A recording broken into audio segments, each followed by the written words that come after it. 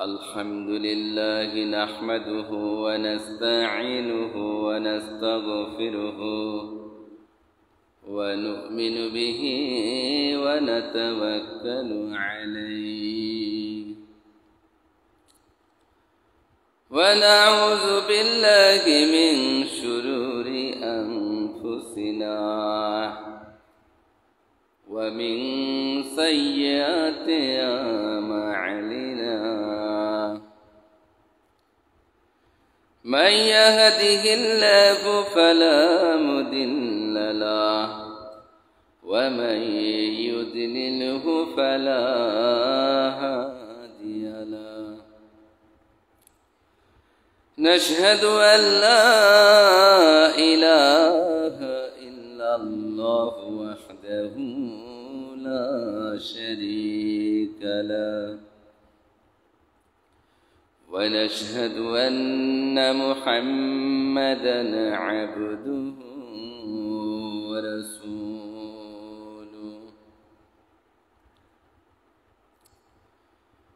أما بعد فأعوذ بالله من الشيطان الرجيم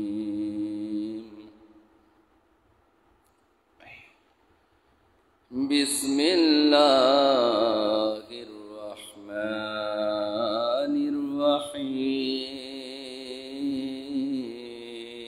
الرحيم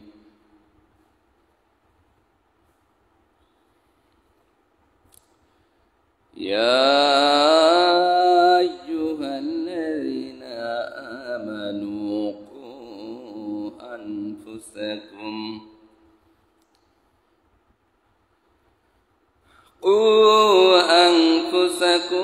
وأهليكم نارا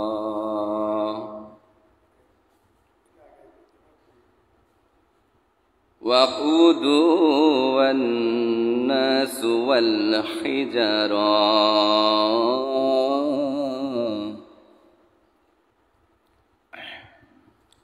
عن أبي هريرة رضي الله عنه قال قال النبي صلى الله عليه وسلم الدنيا سجن المؤمن وجنة الكافر إن الله وملائكته يصلون على النبي يا أيها الذين آمنوا صلوا عليه وسلموا تسليما اللهم صل على سيدنا ونبينا وشفينا وحبيبنا ومولانا محمد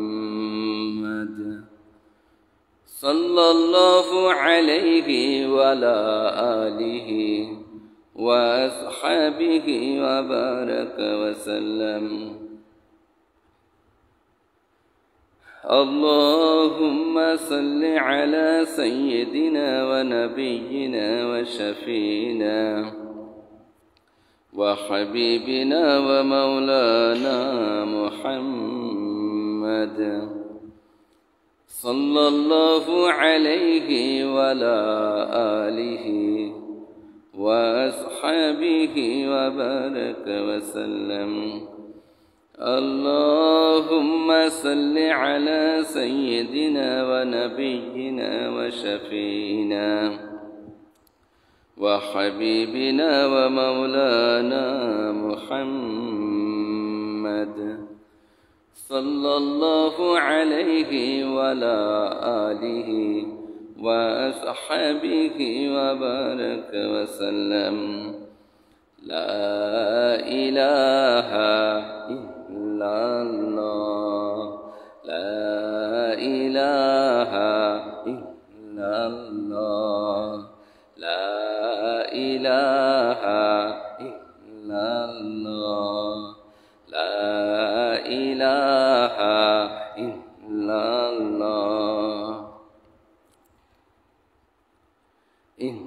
ইল্লাল্লাহ লা ইলাহা ইল্লাল্লাহ লা ইলাহা ইল্লাল্লাহ লা ইলাহা ইল্লাল্লাহ লা ইলাহা ইল্লাল্লাহ লা ইলাহা ইল্লাল্লাহ।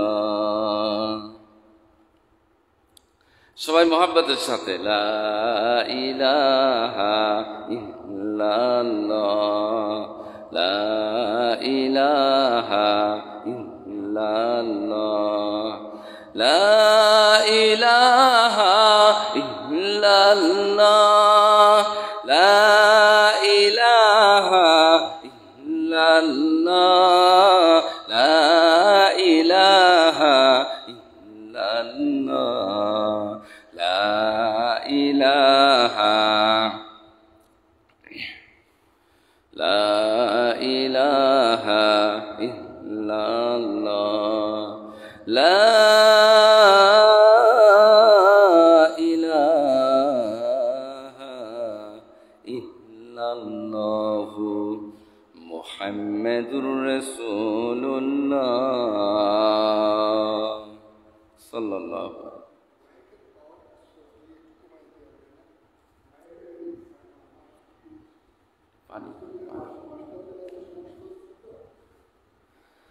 আলহামদুলিল্লাহ।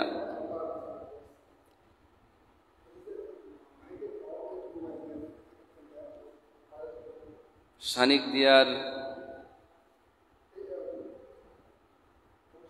কেন্দ্রীয় জামে মসজিদ কর্তৃক আয়োজিত আজকে এই মহিলা তালিম ও হালকায়ে জিকির মজলিসের স্বনামধন্য সভাপতি,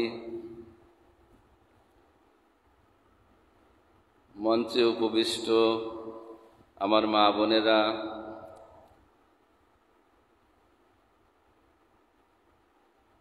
আজকের এই মহাতি জালসা জান্নাতের বাগান এলাকাবাসীর জন্য আল্লাহ পাকের পক্ষ থেকে কায়েম করা হয়েছে একটা নিয়ামত। নিয়ামতের শুকরিয়া আদায় সকলেরই করা দরকার, তবে নিয়ামতের শুকরিয়া আদায় করার পদ্ধতি হলো যে জান্নাতের বাগান কায়েম করা হয়েছে এলাকাবাসী যেন এই জান্নাতের বাগিচার মধ্যে বাগানের মধ্যে এসে বসে যায়, তাহলেই শুকরিয়া আদায় হয়ে যাবে। আমরা যারা এখানে আসতে পেরেছি, বসতে পেরেছি, আমলের নিয়তে নসিহত শুনতেছি, সবাই আল্লাহ পাকের কাছে শুকরিয়া আদায় করি। সবাই বলি আলহামদুলিল্লাহ।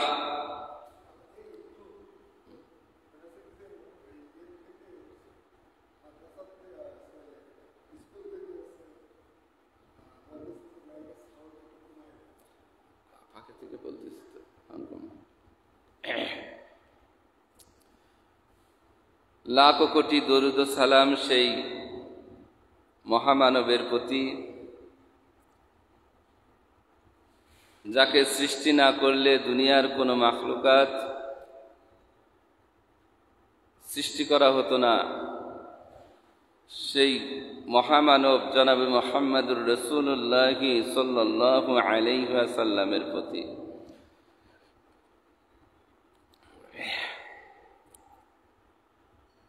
আজকে এই মহাতি মাহফিল জান্নাতের বাগান, এইটা যে কত বড় একটা মূল্যবান জায়গা, মূল্যবান স্থান, আল্লাহ পাকের পক্ষ থেকে কত বড় নিয়ামত, এইটা আমরা সকলেই উপলব্ধি করতে পারি না। এর জন্য সবাই কিন্তু উপস্থিত হইতেও পারে না। যার কাছে দামি মনে হয়েছে তারাই একমাত্র আসতে পেরেছি। এছাড়াও আমরা শক্তির জোরে, বুদ্ধির জোরে, অর্থের জোরে এখানে আসতে পারি নাই। আল্লাহ পাক যাদেরকে কবুল করেছেন, আল্লাহ পাক যাদেরকে দয়া করে ভালোবেসে নিয়ে এসেছেন, তারাই একমাত্র জান্নাতের বাগানে আসতে পেরেছেন। সুবহানাল্লাহ। নিয়ামতের অনেক দাম। আল্লাহ পাক যে আমাদেরকে এত এত অসংখ্য অগণিত নিয়ামত দ্বারা ভরপুর করে রেখেছেন, এর দাম এটা আমরা অনেকে বুঝি না, বুঝতে চাইও না। সেই বোঝে যে ব্যক্তি নিয়ামত হারায় ফেলে, সে ব্যক্তি বোঝে যে নিয়ামত আমাদেরকে দেওয়া হয়েছে, এই নিয়ামত সম্পর্কে হাসরের মাঠে আল্লাহর সামনে দাঁড়িয়ে দাঁড়িয়ে আমার আপনার হিসাব দিতে হবে। ও মা বোনেরা, নিয়ামতের কদর করতে শিখুন। নিয়ামত সম্পর্কে কয়েকটি কথা আমি বলবো।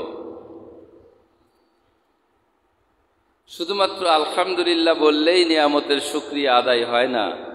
নিয়ামতের শুকরিয়া আদায় করার পদ্ধতি হলো, যেই নিয়ামত আল্লাহ পাকের পক্ষ থেকে এসেছেন তার যথাযথ কদর করা, যথাযথ ব্যবহার করা, ঠিকমতো কাজে লাগানো। শাকিক বলকি রহমাতুল্লাহি আলাইহির একটা ঘটনা। উনি একদিন বাদশাহ হারুনুর রশিদের দরবারে গেলেন। বাদশাহ হারুনুর রশিদ জিজ্ঞাসা করলেন, হুজুর, আপনি যখন আমার দরবারে এসেছেন, আপনি আমারে কিছু নসিহত করুন। আপনি জামানার বড় বুজুর্গ, আল্লাহর ওলি, আপনার নসিহত শুনে আমি হয়তো কিছু উপকৃত হতে পারি। শাকিক বলকি রহমাতুল্লাহি আলাইহি বললেন, ও বাদশাহ, আপনার দরবারে তো আমি সাধারণ একটা মৌলবী, একটা মোল্লা। আপনি হলো বাদশাহ, বাদশার দরবারে তো মোল্লাদের কোনো দাম নাই, তেমন কোনো দাম নাই, মূল্য নাই। এর জন্য বাদশাকে নসিহত করা আমার শোভা পায় না, আমি পারবো না।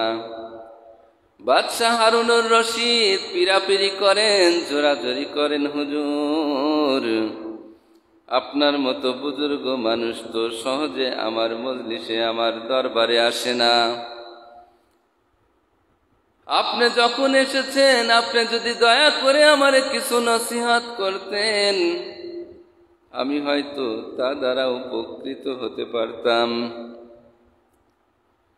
বাদশাহর পিরাপিরির কারণে শাকিক বলকি রহমাতুল্লাহি আলাইহি ডাক দিয়া বললেন, ও বাদশাহ, আমি আপনারে কোনো নসিহত করতে পারবো না, তবে আমি আপনারে একটা প্রশ্ন করতে চাই। ও বাদশাহ, ধরেন আপনি ফিরার পথে যখন মরুভূমির মাঝ পথে এসে আপনি উপস্থিত হলেন, হঠাৎ করিয়া আপনার পানির পিপাসা পাইল। সঙ্গী সাথীদের জিজ্ঞাসা করলেন, ও সঙ্গী সাথীরা, একটু পানি দাও, আমি পানি পান করব, আমি বড় পিপাসিত। সঙ্গী সাথীরা জানাইলেন, বাদশাহ, আমরা যে পানি এনেছিলাম এবং খাদ্য এনেছিলাম সব তো শেষ হয়ে গেছে, অবশিষ্ট আর নাই। কথা শোনার পরে আপনি আরো কিছু দূর অগ্রসর হইলেন, আবার সঙ্গী সাথীদেরকে ডাক দিয়া বললেন, ও সঙ্গী সাথীরা, আমি এমন পিপাসিত, পিপাসায় আমার বুকটা শুকায় গেছে, গলা শুকায় গেছে। যদি তোমরা আমারে এক চোখ পানি পান না করাও, ও সঙ্গী সাথীরা, আমি হয়তো আর দুনিয়ার জমিনে বেঁচে থাকবো না। এই কথা বলার সঙ্গে সঙ্গে বাদশাহ জমিনে ঠাস করে বসিয়া পড়লেন। গলা শুকায় কাঠ হয়ে গেছে, সহ্য করতে পারতেছেন না, জমিনে গড়াগড়ি শুরু করলেন।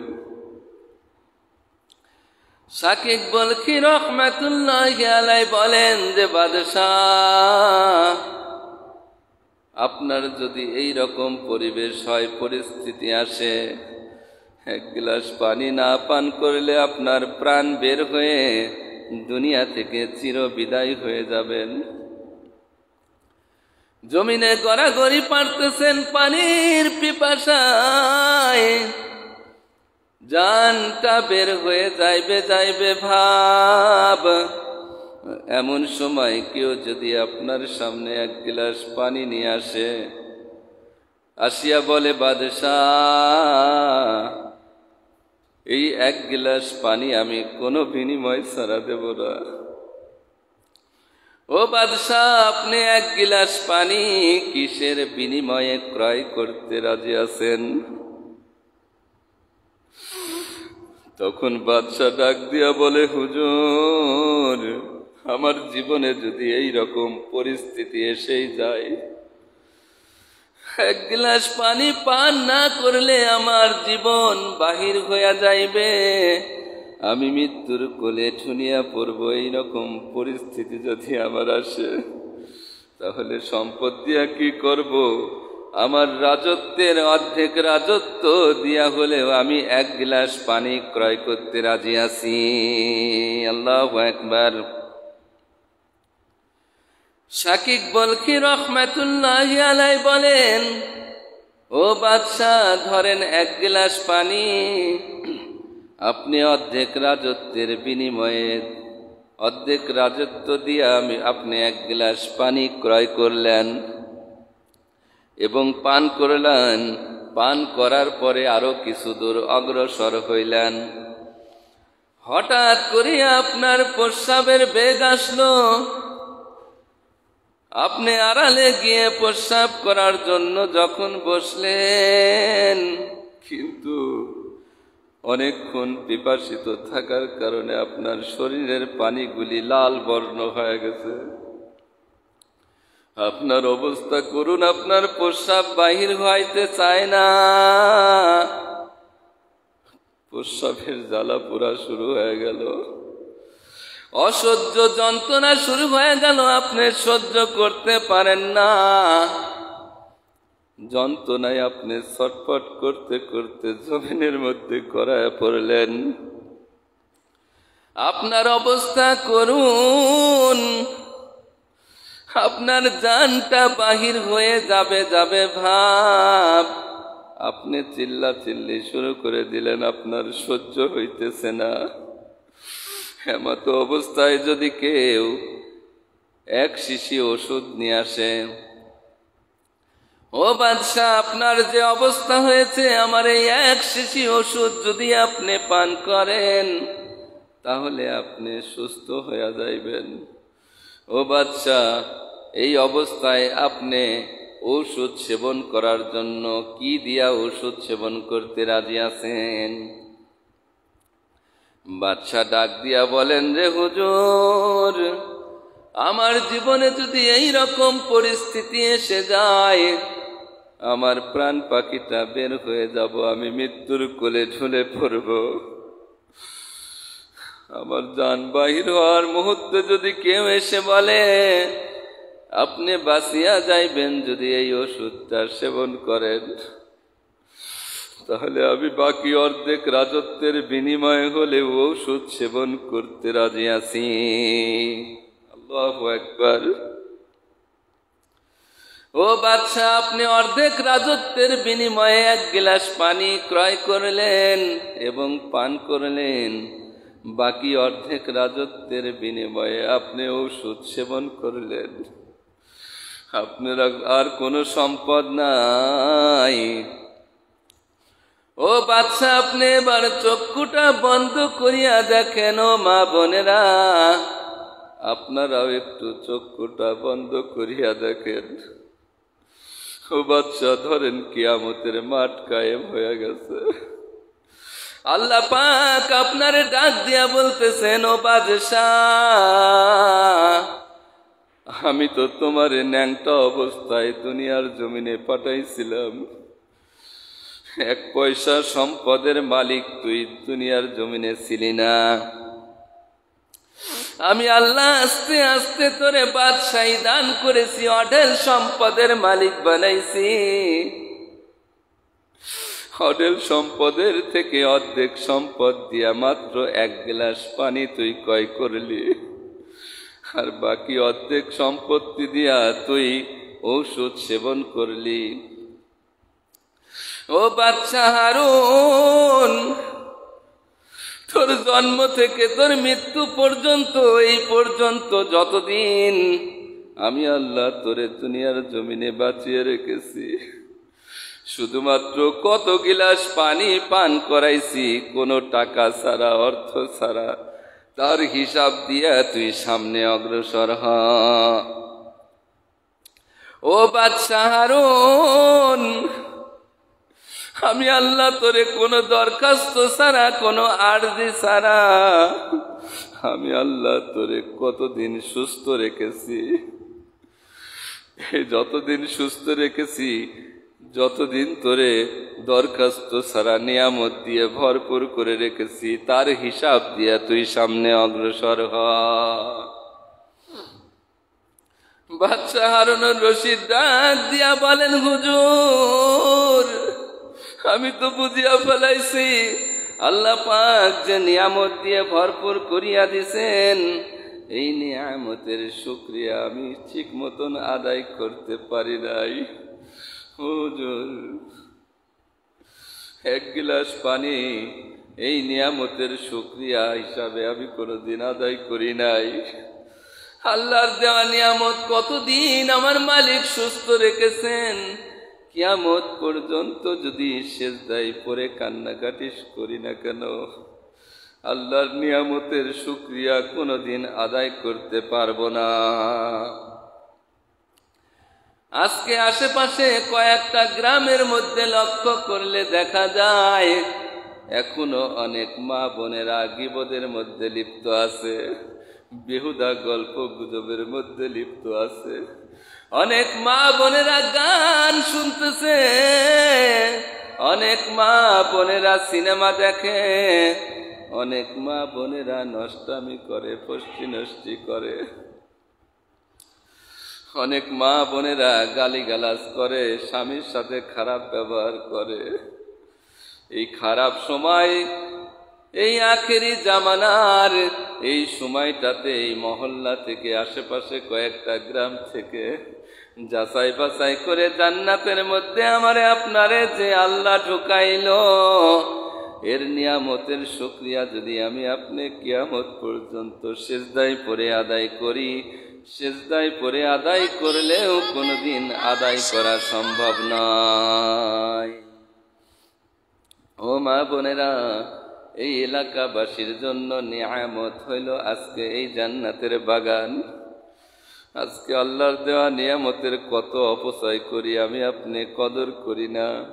আজকে মজলিসের মধ্যে যারা মাইকের আওয়াজ শুনছেন, আমি আপনাদের অনুরোধ করি, আপনারা মজলিসে এসে বসে যান, জান্নাতের বাগানের মধ্যে চলে আসেন। এরপরে যেই দিন এই রকম জান্নাতের বাগান কায়েম করা হইবে, ও মা বোনেরা, আপনারা বেশি বেশি করে দাওয়াতি কাজ করবেন। আশেপাশে 10 গ্রামের মধ্যে যাদের আত্মীয় আছে দাওয়াত দিবেন যে এই মসজিদের মধ্যে, মসজিদের উদ্যোগে মাহফিল হয়, মহিলা তালিম ও হালকায় জিকির মজলিস কায়েম করা হয়, দাওয়াতি কাজ করবেন। আর আল্লাহর দেওয়া নিয়ামত কোনো দিন অপচয় করবেন না, নিয়ামতের কদর করবেন। আল্লাহ পাক তৌফিক দান করুন। ও মা বোনেরা, আপনাদের খেদমতে আমি গুনাহগার, সিয়াকার, খাতাকার এসেছি। রমজান মাসেও 3 বার এসেছিলাম, 3 দিন এসেছিলাম। আমি যে আয়াতে কারিমা এবং যে হাদিস আপনাদের সামনে পরিবেশন করেছি, তেলাওয়াত করেছি, সেই আয়াত এবং হাদিস থেকে আপনাদেরকে কিছু নসিহত করব। এই নসিহতের উপরে আমাকে যেন আল্লাহ রাব্বুল আলামিন এবং আপনাদের সবাইকে আমল করার তৌফিক দান করেন, আমিন। যে আয়াত আমি তেলাওয়াত করেছি, সূরা আত-তাকরিমের 6 নম্বর আয়াত, 66 নম্বর সূরা, আয়াতের প্রথম অংশ আমি তেলাওয়াত করেছি।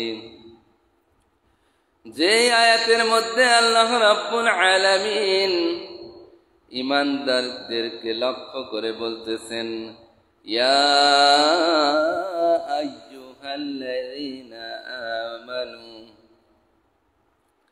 হে ঈমানদার বান্দা বান্দীগণ, তোমরা যারা আমি আল্লাহর উপরে ঈমান এনেছো, ও ঈমানদার বান্দা, ও ঈমানদার বান্দী, কু আনফুসাকুম, তোমরা নিজেরাও বাঁচো, ওয়াহলিকুম, তোমার আহালদের ইন্ধন হবে মানুষ এবং পাথর।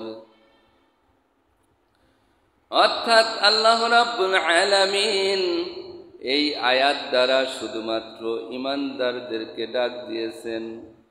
অর্থাৎ যারা ঈমানদার তাদের জন্যই আমার আজকের এই নসিহত। যারা ঈমান আনে নাই তাদেরকে আল্লাহ বলে নাই, হিন্দুকে আমার আল্লাহ বলে নাই, খ্রিস্টানকে আমার আল্লাহ বলে নাই, ইহুদি নাসারাকে আমার আল্লাহ বলে নাই। যারা মুসলমান ঈমানদার, যারা আমি আল্লাহর উপরে বিশ্বাস স্থাপন করেছে, জান্নাত জাহান্নামকে বিশ্বাস করেছে, যারা কবরের হাসরের মাঠকে আযাবকে বিশ্বাস করেছে, যারা আমার নবী রাসূলগণকে বিশ্বাস করেছে, যারা আমার আসমানি কিতাব, আমার পক্ষ থেকে প্রেরিত কিতাবকে বিশ্বাস করেছে, আল্লাহু আকবার, যারা আমার ফেরেশতাদেরকে বিশ্বাস করেছে, আখিরাতকে বিশ্বাস করেছে, তাদেরকে আমি এই নসিহত করেছি। আল্লাহ পাক বলেন, তোমরা নিজেরাও বাঁচো, তোমার আহালদেরকেও জাহান্নামের আগুন থেকে বাঁচাও। ভাইরা আমার, ও মা বোনেরা, ভালো করিয়া খেয়াল করেন, জাহান্নাম থেকে বাঁচানোর মালিক তো আমার মাওলা। জাহান্নাম থেকে বাঁচানোর মালিক কে? আমি কি জাহান্নাম থেকে বাঁচতে পারবো? যেহেতু জাহান্নামের মালিক আল্লাহ, তাহলে কেন আল্লাহ বললেন জাহান্নাম থেকে নিজেরাও বাঁচো, আহালদেরকেও বাঁচাও? বাঁচানোর মালিক তো আমার আল্লাহ, তাহলে এই কথা কেন বললেন? ভাইরা আমার, এই কথার জবাব আমরা সকলেই জানি। সম্পদ দেওয়ার মালিক হইল আমার আল্লাহ, রিজিক দেওয়ার মালিক হইল আমার আল্লাহ, হায়াত দেওয়ার মালিক হইল আমার আল্লাহ, মৌত দেওয়ার মালিক আমার আল্লাহ, ফসল দেওয়ার মালিক আমার আল্লাহ। ঠিক কিনা? ফসল দেওয়ার মালিক আমার আল্লাহ, কথা তো সত্য। কিন্তু এই কথা বলে তো বসে থাকলে হবে না। জমিনের মধ্যে ধান লাগাইতে হবে, চারা লাগাইতে হবে, তারপরে আল্লাহ ফসল দিবেন। রোগ দেওয়ার মালিক আমার আল্লাহ, শেফা দেওয়ার মালিকও আমার আল্লাহ। তাহলে ডাক্তারের কাছে কেন যাব? ফসল দেওয়ার মালিক আল্লাহ, তাহলে মাঠে কেন আমি বীজ রোপণ করব, ফসল উৎপাদনের জন্য চেষ্টা করব? এর জবাব হইল, সব কিছু ঠিক আছে, সব দেওয়ার মালিক যদিও আমার আল্লাহ, তারপরেও আমাদের কিছু করণীয় আছে। আল্লাহু আকবার, আল্লাহু আকবার। এই করণীয় সম্পর্কে আমার আল্লাহ কুরআনুল কারীমের মধ্যে জানায় দিতেছেন, ওয়ামা খালাকতুল জিন্না ওয়াল ইনসা ইল্লা লিয়াবুদুন। আমি মানুষ এবং জিনকে আমার ইবাদত, আমার গোলামির জন্য বানাইছি। মানুষকে আমি বানাইছি, জিনকে আমি বানাইছি, তাদের কাজ হলো আমার গোলামি করার জন্য। গোলামি করা কাকে বলে? গোলামি করা হইল মালিকের হুকুম অনুযায়ী চলা। গোলামি করার অর্থ হইল মালিকের হুকুম অনুযায়ী চলা। কোন গোলাম যদি মালিকের হুকুম মানে তাকেই গোলাম বলা হয়। যে ব্যক্তি মালিকের হুকুম মানে না, মহাজনের হুকুম মানে না, তাকে কিন্তু গোলাম বলা হয় না। হয় কোনোদিনও গোলাম বলা হয় না। গোলাম কাদেরকে বলা হয়? যে মালিকের হুকুম মেনে চলে। অর্থাৎ আমার আল্লাহ, আল্লাহ হলো মনিব, আল্লাহ হলো মাবুদ। মাবুদের হুকুম মেনে যারা চলবে তারা হলো আল্লাহর বান্দা, আল্লাহর গোলাম। আমরা আল্লাহর গোলাম। আর সমস্ত মাখলুকাত আল্লাহ বানাইছেন মানুষের গোলাম করিয়া। আমরা আল্লাহর গোলাম, কিন্তু সমস্ত মাখলুকাত আবার আমাদের গোলাম। চন্দ্র আমাদের গোলাম, সূর্য আমাদের গোলাম, রাত আমাদের গোলাম, দিন আমাদের গোলাম। যত পশু পাখি আছে সব আমাদের গোলাম। পানি আমাদের গোলাম, খাদ্য ফসল সবকিছুই আমার গোলাম। জমিন আমার গোলামি করে, আসমান আমার গোলামি করে, সবকিছুই আমি মানুষের গোলাম। মানুষের গোলামির জন্য আল্লাহ সব কিছু বানাইছে। মানুষের গোলামি করার জন্য আল্লাহ পৃথিবীটা সৃষ্টি করেছে। ও মানুষ, অর্থাৎ মানুষ কেন গোলাম, কেন মালিকের দাসত্ব করবে? কেন দাসত্ব করবে? আমি কেন মালিকের গোলামি করব? গোলামি করব এর কারণে আমাদের সমস্ত প্রয়োজন মিটাই হলো আমার মালিক, মাবুদ। যে ব্যক্তি প্রয়োজন মিটায় তাকে বলে রব। সমস্ত প্রয়োজন মিটাইতে পারে তাকে রব বলা হয়।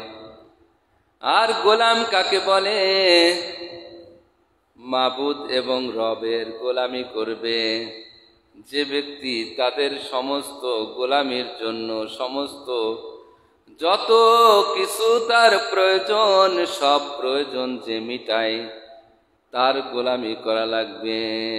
গোলামি কেন করা লাগবে? প্রয়োজন মিটায় তাই গোলামি করা লাগবে। আমরা আল্লাহর গোলাম, এর জন্য আল্লাহর হুকুম আহকাম মেনে চলা হইল গোলামের কাজ।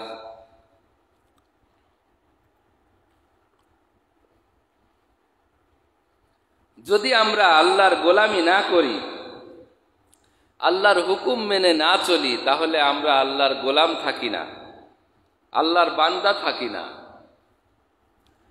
আর আল্লাহর গোলাম ছাড়া তো জান্নাত জাহান্নাম থেকে বাঁচতে পারবে না। জাহান্নাম থেকে বাঁচতে তারাই পারবে যারা হবে আল্লাহর গোলাম। এই জন্য আল্লাহ রাব্বুল আলামিন বলেছেন, তোমরা নিজেরাও বাঁচো। তার মানে নিজেরা আমি আল্লাহর গোলামি করো। আমি আল্লাহর গোলাম যদি হইতে পারো তাহলে জাহান্নাম থেকে বাঁচতে পারবা। এর জন্য আল্লাহর গোলামি করা লাগবে। আল্লাহ নামাজের নির্দেশ দিয়েছেন, নামাজ পড়া লাগবে। আল্লাহ জাকাতের নির্দেশ দিয়েছেন, জাকাত দেওয়া লাগবে। আল্লাহ হজ করার নির্দেশ দিয়েছেন, হজ করা লাগবে। আল্লাহ রমজান মাসে রোজা রাখার নির্দেশ দিয়েছেন, রোজা রাখা লাগবে। আল্লাহ পর্দা করতে বলছেন, মেয়ে লোক লাগবে। সুদ খাইতে নিষেধ করেছেন, সুদ থেকে বিরত থাকা লাগবে, ঘুষ থেকে বিরত থাকা লাগবে। এই রকম আল্লাহর হুকুম যা আদেশ করেছেন তাও মানা লাগবে, যা নিষেধ করেছেন তাও মানা লাগবে। তবেই জাহান্নাম থেকে বাঁচা যাবে। জাহান্নাম থেকে বাঁচা হইল ফরজ। জাহান্নাম থেকে বাঁচা কি? ফরজ। যে কোনো মূল্যে জাহান্নাম থেকে আমাকে আপনাকে বাঁচতেই হবে, উপায় নাই।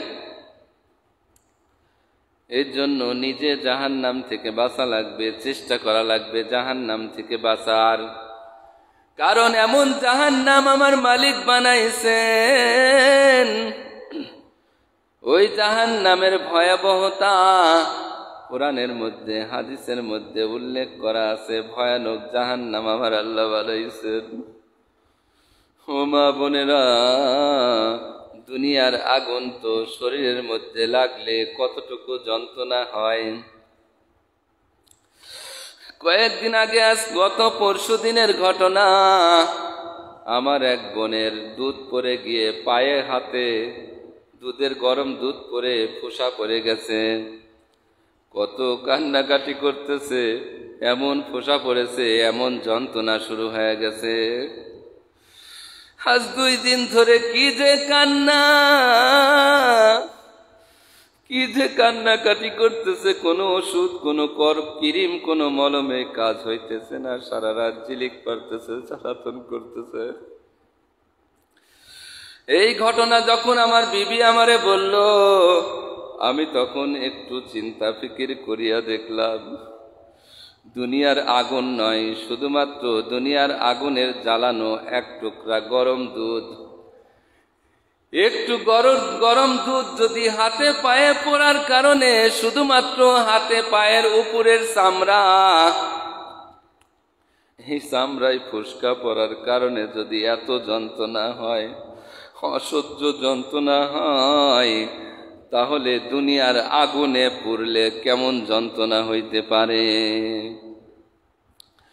যদি সরাসরি দুনিয়ার আগুনের মধ্যে পুড়লে কেমন যন্ত্রণা হইতে পারে। আল্লাহু আকবার, আল্লাহু আকবার। এই দুনিয়ার আগুনের চাইতে 70 গুণ তেজের আগুন হইল জাহান্নামের আগুন। দুনিয়ার আগুন শরীরের যেই জায়গায় লাগে, শুধুমাত্র সেই জায়গা পড়ে যন্ত্রণা শুধুমাত্র সেই জায়গায় হয়। কিন্তু জাহান্নামের আগুন যেই জায়গায় লাগুক না কেন, পুরা দেহ জ্বলিয়া পুড়ে ছারখার হইয়া যায়। দুনিয়ার আগুন একবার লাগলে একবারই যন্ত্রণা হয়, কিন্তু জাহান্নামের আগুন কেমন? জাহান্নামের আগুন মানুষকে পুরাইবে, পুরাইয়া ছারখার করিয়া ঝলসাইয়া দিবে, আবার নতুন চামড়া গোস্ত গজাইবে, আবারও পুরাইবে, আবারও ঝলসাইয়া দিবে, আবার নতুন চামড়া গোস্ত গজাইবে। এই রকম কতদিন নতুন চামড়া গজাইবে আর কতদিন পুরাইয়া ছারখার বানাইবে, এর কোনো হিসাব নাই। ও মা বোনেরা, ভালো করিয়া খেয়াল করুন, যে কোনো মূল্যে জাহান্নামের আগুন থেকে বাঁচা লাগবে। যেই কোনো মূল্যে, যেই হুকুম মানার কারণে মাত্র 30, 40, 50, 60, 70 বছর হায়াত, এই অল্প দিনের হায়াতের মধ্যে আমি আপনি যদি জাহান্নাম থেকে বাঁচার জন্য চেষ্টা করি, জাহান্নাম থেকে বাঁচার জন্য ফিকির করি, চেষ্টা করি, সাধনা করি, তাহলে অনন্তকাল আমি আপনি সুখে শান্তিতে থাকতে পারবো, জান্নাতের মধ্যে অবস্থান করতে পারবো। আর এই সামান্য কয়েকটা দিন, এইটা যদি মোহে পড়ে পাগল হইয়া দুনিয়ার প্রেমে পড়িয়া, ভালোবাসায় পড়িয়া, যদি দুনিয়ার মোহে পড়িয়া যদি আখিরাতের জিন্দেগিটা ধ্বংস করিয়া ফেলাই, তাহলে তো আর উপায় নাই, তাহলে কিন্তু আমার আপনার উপায় নাই।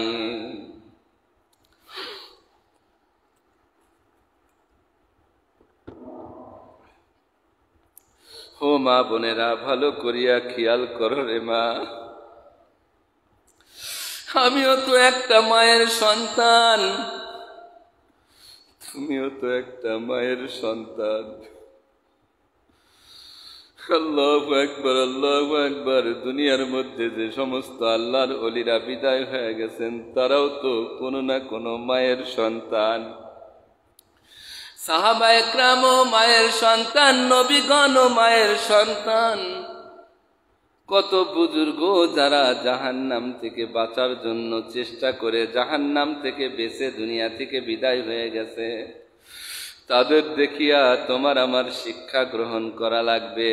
তারা যদি জাহান্নাম থেকে বাঁচতে পারে, তাহলে তুমি আমি কেন জাহান্নাম থেকে বাঁচতে পারবো না? অনেক মা বোনেরা আছে আবেদা সালেহা, দুনিয়া থেকে চির বিদায় হয়ে গেছে। সাহাবায়ে কেরামের স্ত্রী, নবীগণের স্ত্রী সন্তান ইতিহাস করলে দেখা যায় কেমন তারা আল্লাহর পাগল হয়ে গিয়েছিলেন। ওখান থেকে তোমার আমার শিক্ষা গ্রহণ করা লাগবে। মা ফাতেমা রাদিয়াল্লাহু আনহা, তিনিও তো মা ছিলেন, তিনিও তো একজন মায়ের সন্তান ছিলেন, তিনিও তো নবীর সন্তান ছিলেন। কেমন করিয়া তারা ইবাদত করেছেন, কেমন করিয়া আল্লাহর গোলামি করেছেন, কেমন করিয়া পর্দা করেছেন। দুনিয়ায় জিন্দেগিতে থাকতে তারা তো তাদের চেহারা, তাদের শরীর কাউকে দেখায় নাই, মরার পরেও তাদের লাশটাও কাউকে দেখায় নাই। তারা কেমন মানুষ ছিলেন, আর আমি আর আপনি কেমন মানুষ। আমরা জাহান্নামে যাওয়ার জন্য সর্বদা ব্যস্ত থাকি, আর তারা জাহান্নাম থেকে বাঁচার জন্য সর্বদা মেহনত করত, ব্যস্ত থাকত, পাগল পারা হয়ে যাইত। জাহান্নামের ভয় তাদের মধ্যে কেমন ঢুকছিল। ওসমান রাদিয়াল্লাহু আনহু, ওনার ইতিহাস করলে দেখা যায় জাহান্নাম তো দূরের কথা, কবর দেখলেই চিৎকার দিয়া উঠতেন, লাফ মারিয়া উঠতেন, চিৎকার দড়ি দিয়া ঠাস করিয়া জমিনে বসিয়া কান্নাকাটি করতেন। সাহাবায়ে কেরাম সাথীগণ জিজ্ঞাসা করতেন, ও ওসমান গনি, আপনি কবর দেখলে কেন এত চিল্লাচিল্লি করিয়া কাঁদেন, এত কেন কান্নাকাটি করেন? আল্লাহ তো আপনারে জান্নাতের সুসংবাদ দিয়েছেন, সার্টিফিকেট দিয়েছেন, তারপরেও কবর দেখলে আপনি কেন এত কাঁদেন? ওসমান গনি রাদিয়াল্লাহু আনহু বলেন, ও আমার সঙ্গী সাথীরা, মৌতের পরে সর্বপ্রথম ঘাঁটি হইল এই কবর। কবরের মধ্যে যে নাজাত পাইবে সে সমস্ত সবগুলো ঘাঁটিতে নাজাত পাইয়া যাইবে। কবরের মধ্যে যদি কেউ ধরা খাইয়া যায় তাহলে তো সব ঘাঁটিতে সে ধরা খাইয়া চিরজাহান্নামী হইয়া যাইবে। এই জন্য আমি কবর দেখলে সহ্য করতে পারি না। আল্লাহু আকবার, আল্লাহু আকবার। ওমর ফারুক রাদিয়াল্লাহু আনহু, এই জাহান্নামের ভয় তার অন্তরের মধ্যে কেমন ছিল। আল্লাহর নবী সাল্লাল্লাহু আলাইহি ওয়াসাল্লাম যখন দুনিয়া থেকে বিদায় হয়ে গেলেন, বিদায় হওয়ার পূর্বে হুযায়ফা রাদিয়াল্লাহু আনহুর কাছে মুনাফিকদের একটা লিস্ট দিয়ে গিয়েছিলেন। আল্লাহর নবীজি বলেছিলেন, অমুক অমুক অমুক অমুক হইল মুনাফিক। এর জন্য পরবর্তী সাহাবায়ে কেরাম যখন দেখতেন, যখন কেউ মারা যাইতেন, হুযায়ফা রাদিয়াল্লাহু আনহু যদি জানাজায় না থাকতেন তাহলে সাহাবায়ে কেরাম বুঝতেন এইটা হয়তো মুনাফিক।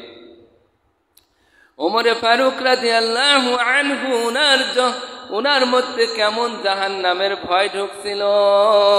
মাঝে মধ্যে হুযায়ফা রাদিয়াল্লাহু আনহুকে গোপনে ডাক দিয়া নিয়ে গিয়ে বলতেন, ও হুযায়ফা, তোমাকে যে মুনাফিকের লিস্ট আমার আল্লাহর হাবিব দিয়ে গিয়েছেন, আমাদের নবীজি দিয়ে গিয়েছেন, ও হুযায়ফা ভালো করিয়া দেখো তো ওই মুনাফিকের লিস্টের মধ্যে আমি ওমরের নামটা তো নাই। কেমন ভয় করতেন। ও হুযায়ফা, দেখো তো আল্লাহর নবী যে মুনাফিকদের লিস্ট দিয়ে গেছে, আমি ওমরের নামটা ওখানে আছে নাকি দেখো। ওমরে ফারুক রাদিয়াল্লাহু আনহু বলতেন, মাঝে মধ্যে আমার মনে হয় এই দুনিয়ার মধ্যে সমস্ত নিকৃষ্ট মানুষ হইলাম আমি। আবু বকর রাদিয়াল্লাহু আনহু একদিন একটা বরকির দড়ি এইভাবে লাড়া দিতেছিলেন আর বলতেছিলেন, ও ছাগল, তুই তো আমার চাইতে অনেক ভালো, তুই মরিয়া গেলে মাটির সঙ্গে মিশিয়া যাইবে, কিন্তু আমি আবু বকর, আমার তো আল্লাহর সামনে দাঁড়ায়া দাঁড়ায়া হিসাব দেওয়া লাগবে। ও ছাগল, তুই তো আমার চাইতে অনেক ভালো। ওমরে ফারুক রাদিয়াল্লাহু আনহু একদিন একটা খের কুটারে নিচ থেকে মাটি থেকে উঠাইয়া উপরের দিকে ধরলেন, ধরিয়া বললেন, ও নারা কুটা, ও খের কুটা, তুই তো আমার চাইতে অনেক ভালো। তো মাটি, আল্লাহর ভয়, জাহান্নামের ভয়ে কেমন কাতর ছিলেন। ও মা বোনেরা, আমি আপনি জাহান্নামকে কেমন ভয় করি। এর জন্য আল্লাহ সতর্ক করছেন, আল্লাহ জানায় দিয়েছেন, ও ইমানদার, যেই ইমান তোমারে নামাজ পড়ায় না, যেই ইমান তোমারে পর্দা করায় না, যে ইমান তোমার স্বামীর সঙ্গে ভালো ব্যবহার করায় না, যে ইমান তোমারে রোজা রাখায় না, যে ইমান তোমারে ভালো কাজ করায় না, যে ইমান তোমাকে খারাপ কাজ থেকে বিরত রাখে না, ও ইমানদার, ভালো করিয়া ইমানের মেহনত করো, জাহান্নাম থেকে বাঁচো, জাহান্নাম থেকে বাঁচো। এরপরে কি বলেছেন, ওয়াহলিকুম, তোমার আহালদেরকে বাঁচাও।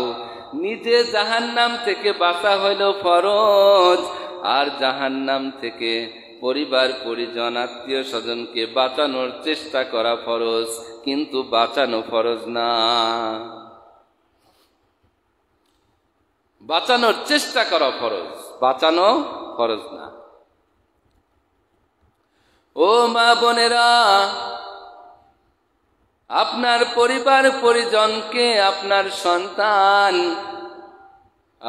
সন্তানকে, আপনার পিতামাতা আত্মীয় স্বজনকে জাহান্নাম থেকে বাঁচানোর জন্য কতটুকু চেষ্টা করা ফরজ, এর গুরুত্ব কতটুকু, চেষ্টার মাপকাঠি কতটুকু হইতে হবে, কতটুকু চেষ্টা করলে আল্লাহর কাছে নাজাত পাওয়া যাইবে, কতটুকু। আল্লাহু আকবার, আল্লাহু আকবার।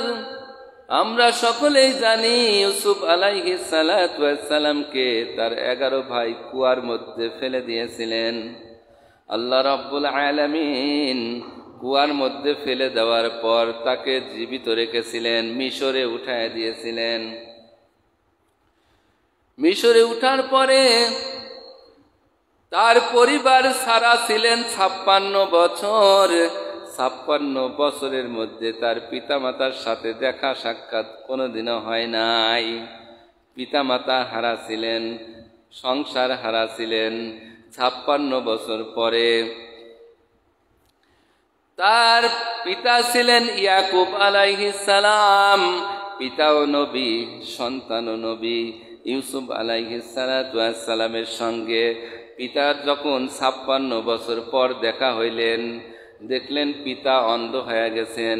তার ভাইয়ের মারফতে গায়ের জামা শুকাইয়া, জামা চোখে ধরাইয়া চক্ষুষ্মান হয়ে গেলেন, চক্ষু অন্ধ ভালো হয়ে গেলেন। এরপরে ইউসুফ আলাইহিস সালাতু ওয়াস সালাম পিতাকে প্রশ্ন করলেন, ও পিতা, ও আব্বাজান, আপনি 56 বছর আপনার আমার সাক্ষাৎ ছিল না, এই আমার জন্য, আমার সাথে সাক্ষাৎ না হওয়ার কারণে, আমার মহাব্বতের কারণে আপনি কাঁদতে কাঁদতে অন্ধ হয়ে গিয়েছিলেন। ও বাবা, আপনি যদি মনে করতেন আপনার কাছে থাকার কারণে আমি ভালো থাকব, আপনার কাছে নাই তার কারণে আমি খারাপ থাকব, তাহলে তাকদীরের উপর আপনার বিশ্বাস রইল কই? আমার জন্য কেন কাঁদতে কাঁদতে অন্ধ হয়ে গেলেন? অন্ধ যখন হয়ে গেলেন, আপনার তাকদীরের উপর বিশ্বাস কোথায় রইল? আল্লাহ পাকের তাকদীরের উপর আপনার বিশ্বাস তো থাকলো না। তখন ইয়াকুব আলাইহিস সালাতু ওয়াস সালাম ডাক দিয়া বলেন, ও সন্তান, ভালো করিয়া শোনো, আল্লাহর কসম করিয়া বলি, তুমি আমার কাছ থেকে 56 বছর দূরে ছিলা। তোমার মহব্বতে পড়িয়া আমি ইয়াকুব একটা দিনও কান্না করি নাই। তোমার মহব্বতে পড়িয়া তুমি আমার কাছ থেকে দূরে ছিলা। সন্তানের মহব্বতে পড়িয়া আমি নবী একটা দিনও কাঁদি নাই। তাহলে কেন কান্নাকাটি করে অন্ধ হয়ে গেলেন? তখন ইয়াকুব আলাইহিস সালাতু ওয়াস সালাম বলেন, আমার অন্ধ হওয়ার কারণ হলো আল্লাহ পাক বলেছেন, কু আনফুসাকুম ওয়া আহলিকুম নারা। আল্লাহ বলেছেন, হে ঈমানদারগণ, তোমরা নিজেরাও বাঁচো, তোমার আহালদেরকে বাঁচাও। ও সন্তান, তুমি তো আমার আহালের একজন, তাহলে তুমি আমার থেকে 56 বছর দূরে ছিলা। আমার আল্লাহ তো নির্দেশ করেছেন তোমার আহালদেরকে জাহান্নামের আগুন থেকে বাঁচাও। তাহলে তুমি 56 বছর দূরে ছিলা, এর জন্য তোমাকে জাহান্নাম থেকে কেমন করিয়া আমি বাঁচাবো? এই ভয়ে কাঁদতে কাঁদতে আমি অন্ধ হয়ে গেছিলাম। আল্লাহু আকবার। এই ভয়ে আমি কাঁদতে কাঁদতে অন্ধ হয়ে গেছিলাম। তোমার মহাব্বতে প্রেমে পড়িয়া আমি একটা দিনও কাঁদি নাই। তাহলে দেখেন পিতামাতার প্রতি কি রকম গুরুত্ব, জাহান্নাম থেকে সন্তানদেরকে বাঁচানো। আর আমি আপনি কি গুরুত্ব পালন করি? সন্তানকে নামাজের জন্য ডাকি না, নিজে তো পড়ি না, যদি পড়িও সন্তানকে ডাকি না। ডাকি না কেন? এখনো ছোট, বড় হলে পড়বে। ও মা বোনেরা, বড় কতদিন হবে? ট্রেনিং তো ছোটবেলা থেকে দেওয়া লাগবে। ছোটবেলা থেকে যদি আমি আপনি ট্রেনিং দিতে পারি, আস্তে আস্তে নামাজি হইয়া যাইবে। ছোটবেলা থেকে যদি আমি আপনি রোজা রাখাই, আস্তে আস্তে রোজা রাখা শিখবে। এই রোজা রাখিস না, পেট খারাপ হইবে, শরীর খারাপ হবে, তুই এমনিই শরীর পাতলা, তুই তো রোগা হইয়া আরো অসুস্থ হয়ে যাইবি। এই জন্য রোজার দিনে পরভাতে সন্তানদেরকে মা ডাকে না, বাবা যদি ডাকে বাবার উপরে খেপে যায়, এই আমার বাচ্চা ছোট না। ও মা বোনেরা, তাহলে ট্রেনিং কবে দিবে? এই জন্য আল্লাহ পাক সন্তান, আহাল, পরিবার পরিজনকে জাহান্নাম থেকে বাঁচানোর চেষ্টা করাকে ফরজ করেছেন। কতটুক চেষ্টা করা ফরজ? একজন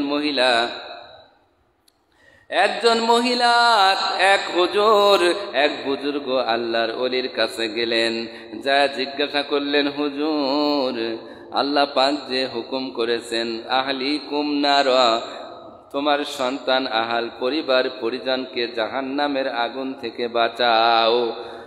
ও আল্লাহর ওলি বুজুর্গ, তাহলে আমি কতটুকু চেষ্টা করলে আল্লাহর এই ফরজিয়াত আদায় হয়ে যাবে, এই ফরজ হুকুম আদায় হয়ে যাবে? আমার তার জন্য কতটুকু চেষ্টা করা লাগবে? প্রশ্ন করেছেন। তখন বুজুর্গ আল্লাহর ওলি ডাক দিয়া বলেন যে, মা, তোমার একটা প্রশ্ন করি রে মা। মনে করো তোমার ঘরের মধ্যে আগুন লাগছে, দাও দাও করিয়া আগুন জ্বলতেছে। যেই ঘরের মধ্যে আগুন লাগছে ওই ঘরের মধ্যে তোমার কলিজার টুকরা ছোট সন্তান শোয়া, ছোট সন্তান ঘুমায় রয়েছে ঘরের মধ্যে, দাও দাও করে আগুন জ্বলতেছে। তুমি বাইরে তাকায় তাকায় দেখতেছো আর মনে মনে চিন্তা করতেছো, যেই পরিমাণ আগুন জ্বলতেছে, তুমি যদি ভিতরে যাও তাহলে তুমিও পুড়িয়া সারকার হইয়া দুনিয়া থেকে বিদায় হইয়া যাইবা, মরার ঝুঁকি তোমার আছে। ও মা, এমতো অবস্থায় তুমি কি করবা? তোমার সন্তানকে বাঁচানোর জন্য কতটুকু চেষ্টা তুমি করবা? আল্লাহু আকবার, আল্লাহু আকবার। তখন ওই মা জবাব দিতেছেন, ও হুজুর, যেই সন্তান ঘরের মধ্যে শোয়া রয়েছেন, যেই ঘরের মধ্যে দাও দাও করে আগুন জ্বলতেছেন, আমার কলিজার টুকরা সন্তান ঘুমায় রয়েছেন, এই কলিজার টুকরা সন্তানের জন্য আমি কত কষ্ট করেছি। সন্তান যখন পেটের মধ্যে ছিল, আমি ঠিক মতো ঘুমাইতেও পারি নাই, ঠিক মতো খাইতেও পারি নাই। সারাদিন কাজ কর্ম করার পর যখন বিছানায় পিঠ লাগাইছি, সন্তান পেটে করিয়া বিছানায় পিঠ লাগাইছি, পেটের ব্যথা শুরু হয়ে গেছে। এই পাশ একবার ঘুরছি, ওই পাশ একবার ঘুরছি, সারা রাত পেটের ব্যথায় আমার ঘুম আসে নাই। সারা রাত আমি জেগে জেগে চোখের পানি ফেলাইছি, টপ টপ করে চক্ষু দিয়া পানিতে আবার পালিশ ভিজিয়া গেছে। কত রাত আমার এই রকম গেছে, আমি ঘুমাইতে পারি নাই।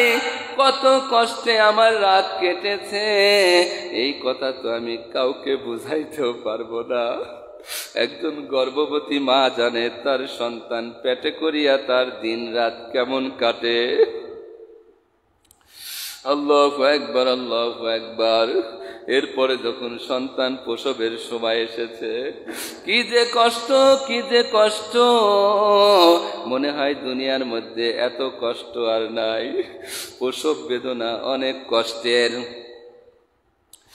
যখন অজস্র ব্যথা শুরু হয়ে গেছে, তখন আমার শ্বশুর শাশুড়িকে আমি ডাক দিয়েছি, ও বাবা, ও মা,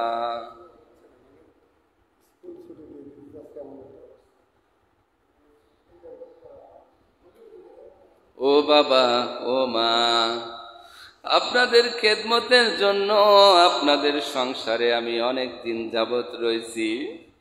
কত বেয়াদবি করে ফেলেছি, মাঝে মধ্যেই বেয়াদবি হয়ে গেছে। আপনাদের ঠিক মতন খেদমত আমি করতে পারি। রুমের মধ্যে, ঘরের মধ্যে ডেকে নিয়ে যে জিজ্ঞাসা করছিলাম, ও স্বামী, দীর্ঘদিন তোমার সঙ্গে রয়েছি রে স্বামী, যখন যা চেয়েছো আমার দায়িত্ব ছিল দেওয়া, তোমার খেদমত করা দায়িত্ব ছিল। আমি অনেক সময় খেদমত ঠিক মতো করতে পারি নাই। ও স্বামী, কত বেয়াদবি করে ফেলেছি, কত অবাধ্য হয়েছি, তোমার কথা আমি কত সময় শুনি নাই। ও স্বামী, আজকে এমন রুমের মধ্যে ডেলিভারির স্থানে আমি যাইতেছি, এমন জায়গায় যাইতেছি, অনেকের খবর আমার কাছে আছে। অনেকে তো ওই রুমের মধ্যে যায় ডেলিভারির সময় আর দুনিয়া থেকে বিদায় হয়ে চলিয়া যায়, আর বাসায় ফিরিয়া আসে না। ও স্বামী, আপনি আমারে মাফ করিয়া দিয়ে বিদায় আদায় নিয়ে ডেলিভারির সময় এমন কষ্ট আমি তো কবরের আযাব কোনোদিন দেখি নাই। হাসরের মাঠের ভয়াবহ আযাবের কথা শুনছি কিন্তু দেখি নাই। জাহান্নামের ভয়াবহ আযাবের কথা শুনছি কিন্তু দেখি নাই, কোনোদিন উপলব্ধিও করি নাই।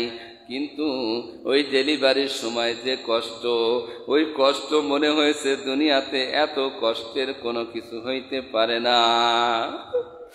এত কষ্টের মাধ্যমে নারী শিরাধন দুনিয়াতে ভূমিষ্ঠ হয়েছেন, শুধুমাত্র এতটুকুতে আমার কষ্ট শেষ হয় নাই।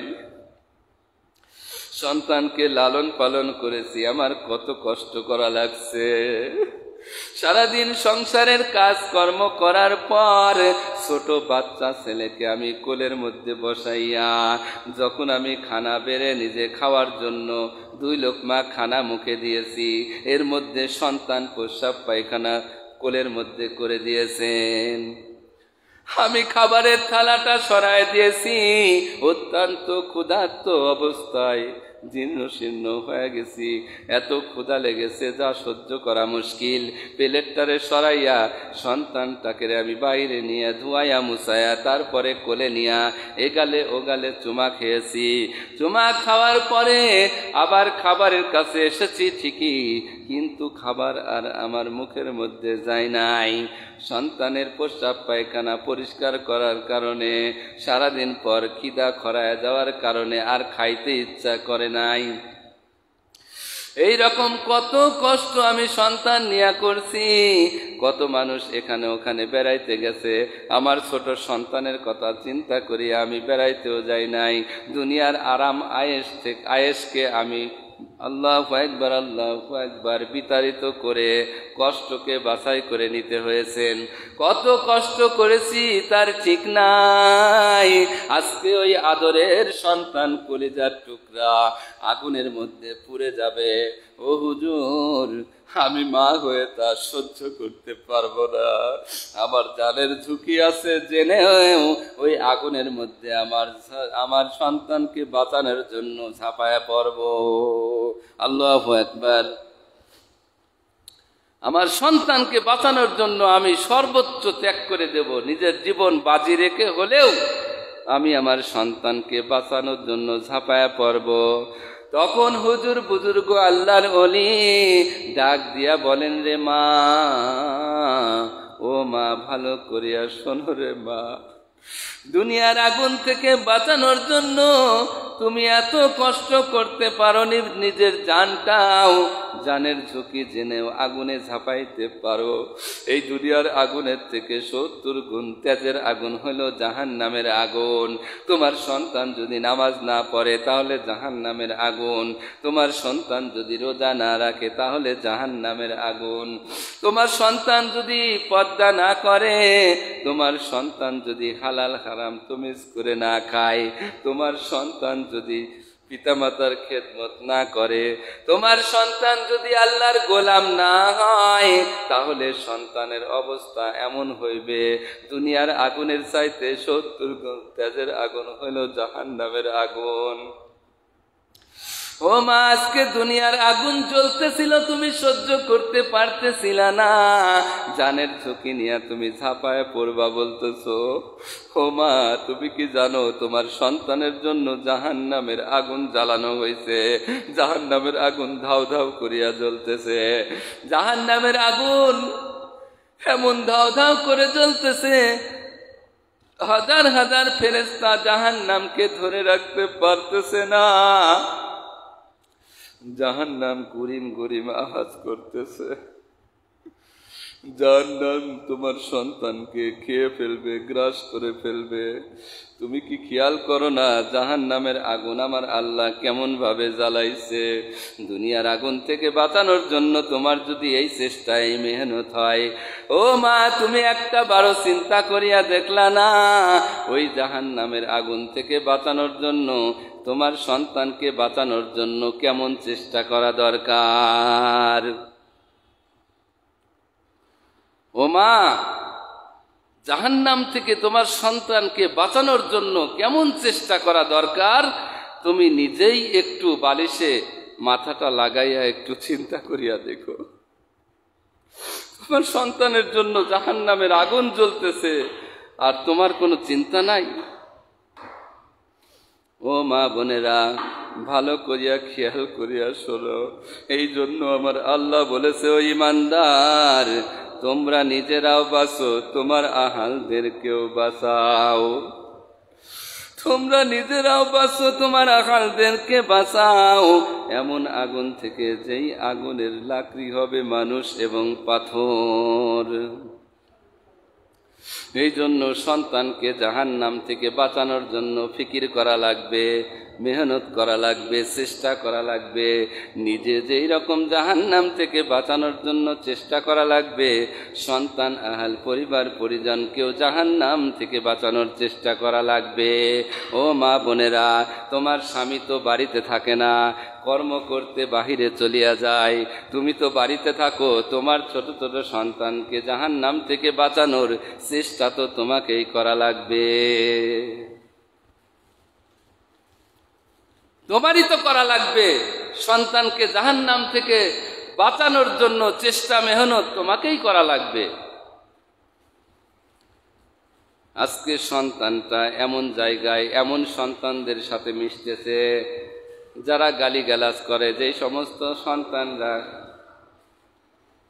আল্লাহু আকবার, আল্লাহু আকবার, এরম অসৎ সোহবত থেকে সন্তানকে হেফাজত করা লাগবে।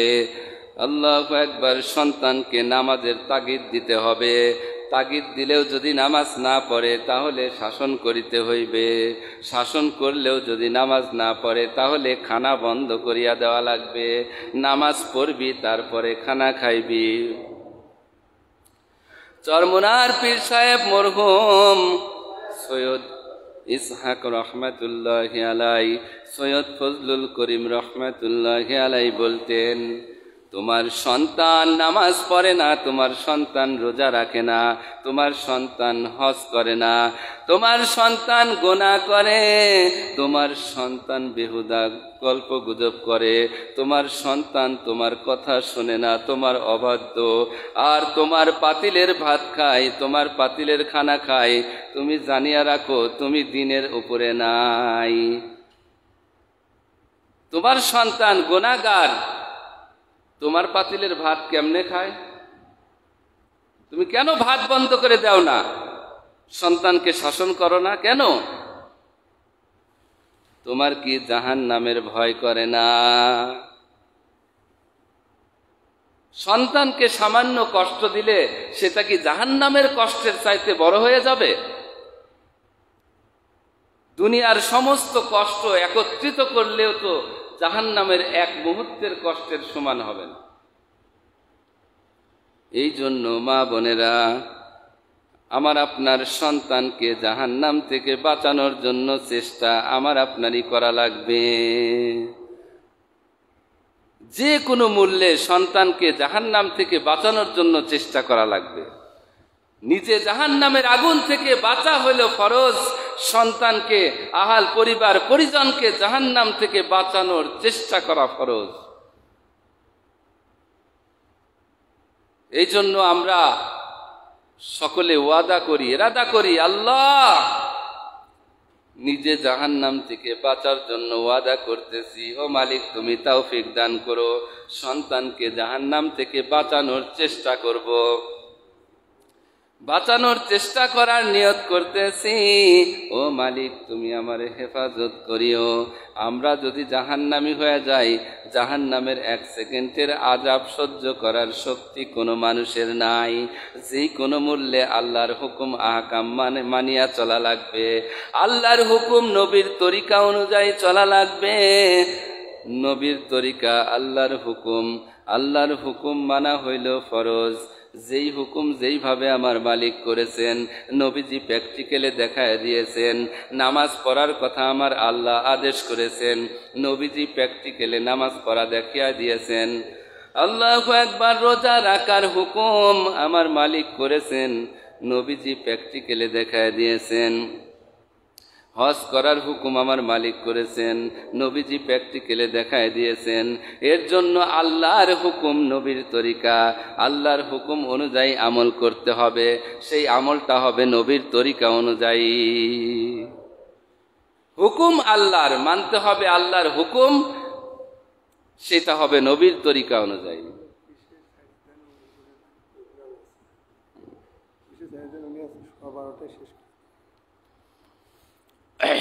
আল্লাহু আকবার, আল্লাহু আকবার। এর জন্য আল্লাহর হুকুম, নবীর তরিকা অনুযায়ী আমার আপনার আমল করা লাগবে। যে সুন্নত, মুস্তাহাব, নফল এগুলির গুরুত্ব নাই, কিন্তু সুন্নত হইল ফরজের বেড়া। সুন্নত হইল ফরজের বেড়া। অনেক মা বোনেরা হাত মোজা পা মোজা পরে না। কেন পরে না? হাত মোজা, হাত বের করা, পাও যেটুকু টাকনুর নিচে বের করা, এটা তো জায়েজ আছে, এর জন্য পরে না। কিন্তু ও মা বোনেরা, হাত মোজা পা মোজা হলো পর্দার বেড়া। ওইটুকু যদি আপনি না ঢাকেন, তাহলে কিন্তু ফরজ তরফ হয়ে যাইবে, হুঁশ থাকবে না। যখন অটোতে উঠবেন, কোনো গাড়ি যানবাহনে উঠবেন, যখন একটা পা উপরে উঠায় দিবেন, দেখবেন আর একটা পায়ের টাকনু গিরা বের হয়ে যাইবে। যখন অটো এবং বাসে উঠবেন, একটা হাত উপরে দিয়ে আপনি হ্যান্ডেল ধরবেন বা হাতল ধরবেন বা পাইপ ধরবেন, দেখবেন যখন ধরছেন তখন দেখবেন ওই হাতের গিরার নিচে কোনই পর্যন্ত বের হইয়া যাইবে। এই জন্য আপনাকে মুস্তাহাবের আমলও করতে হবে।